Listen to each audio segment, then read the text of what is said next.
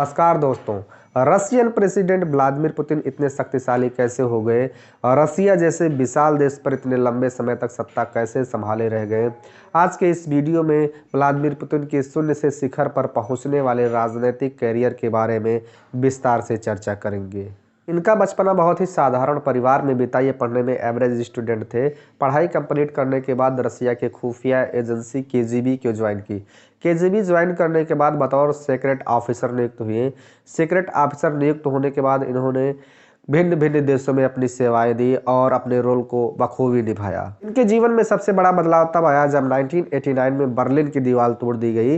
दीवार के एक तरफ का हिस्सा रसिया से प्रभावित था और दूसरी तरफ का हिस्सा अमेरिका से प्रभावित था, लेकिन दीवार के गिरते ही रसिया से प्रभावित हिस्सा अमेरिका के फेवर में जाने लगा। पुतिन अंडरकवर एजेंट होने के नाते ये सारी घटनाओं को देख रहे थे, लेकिन रसिया एक अच्छे नेतृत्व न मिलने के कारण स्थिति को संभाल नहीं पा रहा था और उस समय रूस में क्रांति होने लगी। उस समय सोवियत संघ का पूरा नाम USSR, union of Soviet socialist Republic था और इसमें टोटल 15 देश होते थे जो 1991 में टूटकर अलग अलग भागों में बिखर गए और इसका सबसे बड़ा भाग रसिया है, जिसमें 1991 में यूक्रेन भी टूटकर रसिया से अलग हुआ था। उस समय रूस के राष्ट्रपति मिसाइल गोर्बाचोव थे, जिन्होंने अपनी सेना को अफगानिस्तान में तालिबान को कंट्रोल करने के लिए भेजा, लेकिन वहां तालिबान का उदय हो गया। इधर बर्लिन की दीवार टूट गई, इस पर भी ये कंट्रोल नहीं कर पाए और अंततः 1991 में सोवियत संघ भी टूटकर बिखर गया, जिसके चलते इन्हें अपने पद से त्याग पत्र देना पड़ा और रसिया के अगले राष्ट्रपति बनते हैं बोरिस येल्सिन।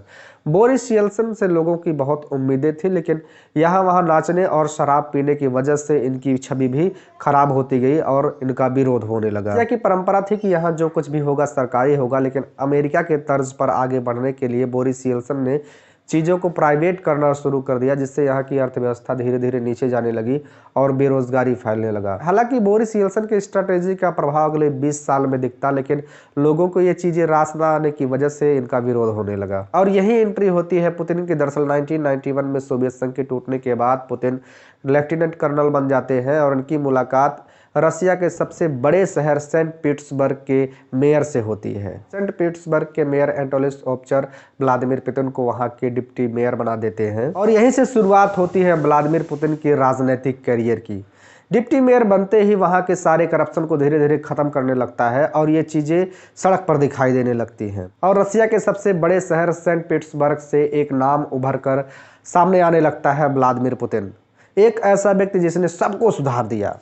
ये सब देखकर राष्ट्रपति के मुख्य सलाहकार वेलेंटिना यामासुक की नजर इन पर पड़ती है कि एक खासियत थी कि ये राष्ट्रपति के दामाद थे और इन्होंने व्लादिमीर पुतिन को राष्ट्रपति का एडवाइजर नियुक्त कर दिया। बोरिस येल्सिन पर बहुत विश्वास करते थे और हमेशा अपने पास रखते थे, जिसके कारण इनका चेहरा नेशनल स्तर पर उभरने लगा और बोल्ड स्टेप लेने के कारण ये जनता के बीच में काफी लोकप्रिय भी होने लगे। इसी बीच बोरिस येल्सिन अपने शराबीपन और यहाँ वहाँ नाचने के कारण अपनी गरिमा खोते जा रहे थे, जिसकी भरपाई करने के लिए 1999 में व्लादिमीर पुतिन को वहां का प्रधानमंत्री बनाया जाता है। रसिया में सारा पावर राष्ट्रपति के पास होता है, प्रधानमंत्री के पास ज्यादा पावर नहीं होता, इसलिए पुतिन महत्वाकांक्षी व्यक्ति होने के नाते स्ट्रैटेजी बनाने लगते हैं कि अब मैं रसिया का राष्ट्रपति कैसे बनूं। इसी बीच मॉस्को में सीरियल बम ब्लास्ट होने लगे और धीरे धीरे करके लगभग 300 लोग मारे गए।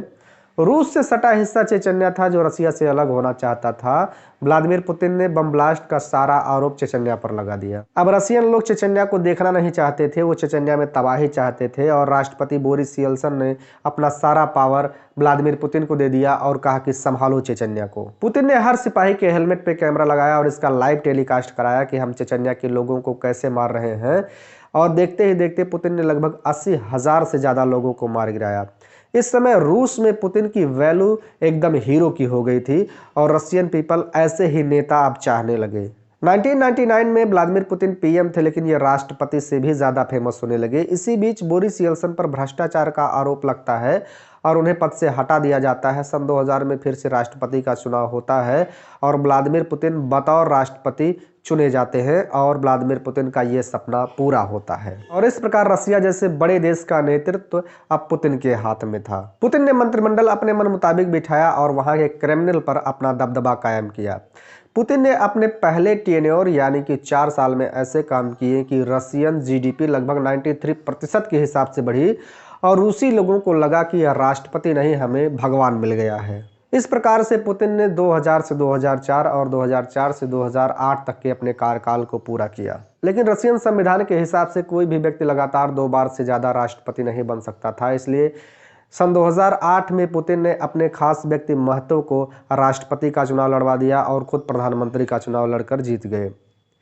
इसी बीच संविधान में संशोधन करते हैं कि अब राष्ट्रपति की सारी शक्तियां प्रधानमंत्री को चली जाएंगी और पुतिन फिर से पावरफुल हो गए और महतो केवल नाम के राष्ट्रपति रह गए। चूंकि पुतिन 2 बार राष्ट्रपति बनने के बाद 1 बार प्रधानमंत्री बन गए थे, इसलिए यह प्रावधान कि लगातार 2 बार से अधिक कोई राष्ट्रपति नहीं बन सकता, यह भी खत्म हो गया था। पुतिन फिर से राष्ट्रपति बन सकते थे। इसके बाद सन 2012 में चुनाव होता है, पुतिन फिर से राष्ट्रपति चुने जाते हैं और यह संशोधन करते हैं कि प्रधानमंत्री को गई शक्तियां पुनः राष्ट्रपति में आ जाएगी और सन 2012 से लेकर 16 तक फिर राष्ट्रपति रह गए। और सन 2016 में पुनः राष्ट्रपति चुनने के बाद सन 2020 में इन्होंने ऐसा संशोधन किया कि अब पुतिन 2036 तक राष्ट्रपति पद पर बने रहेंगे। अब इनको 2036 तक कुछ सोचना ही नहीं है। इन्होंने अपने पहले कार्यकाल सन 2000 से लेकर सन 2004 को देश के लिए समर्पित कर दिया। उसके बाद खतरनाक काम करना स्टार्ट कर दिया। सन 2004 में इन्होंने जॉर्जिया पर हमला कर दिया। दरअसल जॉर्जिया 1991 में सोवियत संघ से टूटकर अलग हुआ था और उसके 2 क्षेत्रों पर कब्जा कर लिया। 2011 में इन्होंने लीबिया पर हमला किया और सन 2014 में यूक्रेन के शहर क्रीमिया पर अपना कब्जा कर लिया। 2015 में सीरिया में गिर रहे बशर असद की सरकार को बचा लिए। पुनः सन 2022 आया और पूरी तरीके से यूक्रेन पर हमला कर दिए। पुतिन कभी खाली नहीं बैठते। इनको पता है कि यदि अंतर्राष्ट्रीय मुद्दे छिड़ते रहेंगे तो जनता सरकार से सवाल नहीं पूछेगी। यही फार्मूला अपनाकर चाइना ने इंडिया में 1962 में बिना किसी वजह के हमला किया था, क्योंकि वहाँ माओ की सरकार गिरने वाली थी। क्योंकि जब किसी देश की सेना हमला करती है तो जनता सरकार से सवाल नहीं पूछती, वो चाहती है कि सरकार चाहे जिसकी भी हो पर हमारा देश जीतना चाहिए। यह बात पुतिन को बखूबी पता है, इसलिए वो हमेशा लड़ाई लड़ते रहते हैं। हालांकि पुतिन बहुत बड़े राष्ट्रवादी भी हैं। पुतिन के कई सारे पावर हैं, जिनमें सबसे महत्वपूर्ण है इनकी साइबर आर्मी। साइबर आर्मी एक ऐसी आर्मी है जिस पर आरोप लगा है कि राष्ट्रपति डोनाल्ड ट्रंप को राष्ट्रपति बनाने में इसका ही हाथ था। इनके विरोधी कब गायब हो जाते हैं किसी को पता ही नहीं चलता। कई सारी खासियतों की वजह से पुतिन सन 2000 से लेकर सन 2022 तक लगातार सत्ता में बने रहे और आगे सन 2036 तक भी बने रहेंगे। उम्मीद है कि आज के इस वीडियो में पुतिन के राजनीतिक करियर को बखूबी आपने समझा होगा। अगर हमारी वीडियो अच्छी लगी हो तो वीडियो को लाइक करें, चैनल को सब्सक्राइब करें और शेयर